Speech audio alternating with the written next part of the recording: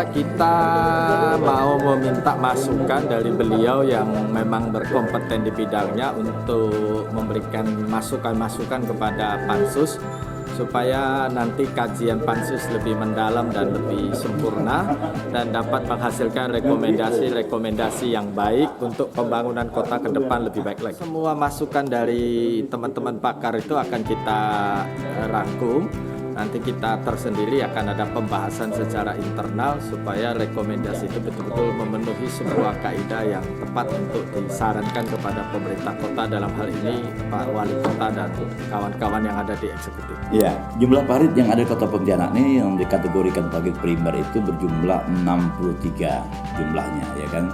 Dan dari 63 jumlah parit primer itu sebagian besar sudah tercemar. Jadi artinya sangat sulit sekali untuk dimanfaatkan oleh masyarakat. Kalau zaman dulu sebenarnya parit itu merupakan sumber kehidupan bagi masyarakat dan masyarakat bisa menggunakan manfaatkan air parit itu dengan baik gitu ya, terutama parit-parit primernya.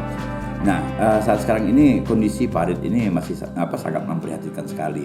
Oleh sebab itu kita berharap supaya direkomendasikan perlu ada revitalisasi fungsi-fungsi parit primer yang jumlahnya 63 parit ini yang tersebar di seluruh Kota Pontianak. Ada 6 kecamatan di Kota Pontianak ini. Nah, parit primer ini tentu ini berkaitan dengan parit sekunder dan parit tersier. Nah, 3 parit ini primer, tersier dan sekunder ini mesti harus ada koneksitas. Oleh sebab itu mesti harus ada semacam grand design gitu ya, atau semacam perencanaan makro yang dilakukan untuk bisa menata parit ke depannya lebih baik lagi.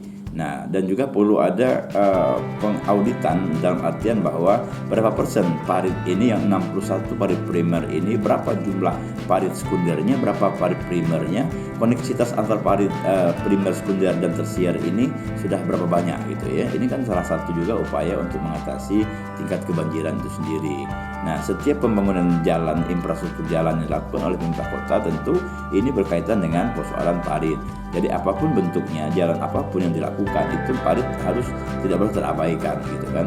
Baik itu jalan lingkungan atau itu jalan protokol dan sebagainya, parit itu mesti harus menjadi perhatian utama.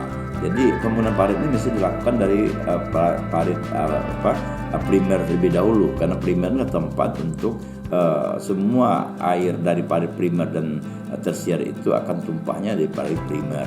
Nah, makanya parit primer itu perlu pendataan dengan baik gitu ya, dan perlu ada revitalisasi, dan bahkan bila perlu itu dibuat kolam-kolam tendon di dalam parit primer itu sebagai sumber air dan memperbanyak tampungan air di parit primer itu sendiri.